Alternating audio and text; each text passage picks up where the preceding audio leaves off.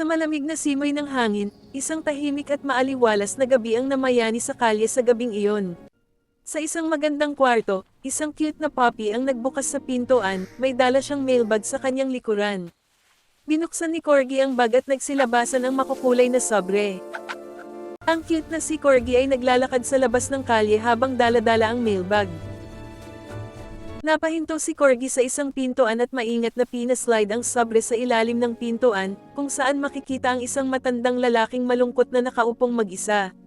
Si Corgi ay tumalon sa bintana ng kwarto kung saan natutulog ang isang pagod na estudyante. Maingat niyang inilapag ang isang sobre sa lamesa.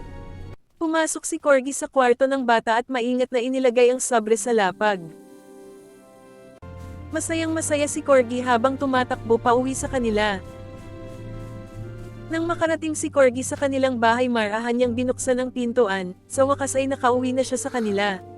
Inilagay ni Corgi ang mga makukulay na sobre sa bag, ito ay inilalaan ni Corgi para bukas.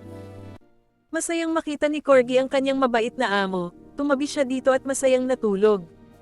Kinaumagahan lahat ng nakatanggap sa makukulay na sobre ay makikita ang saya sa mukha.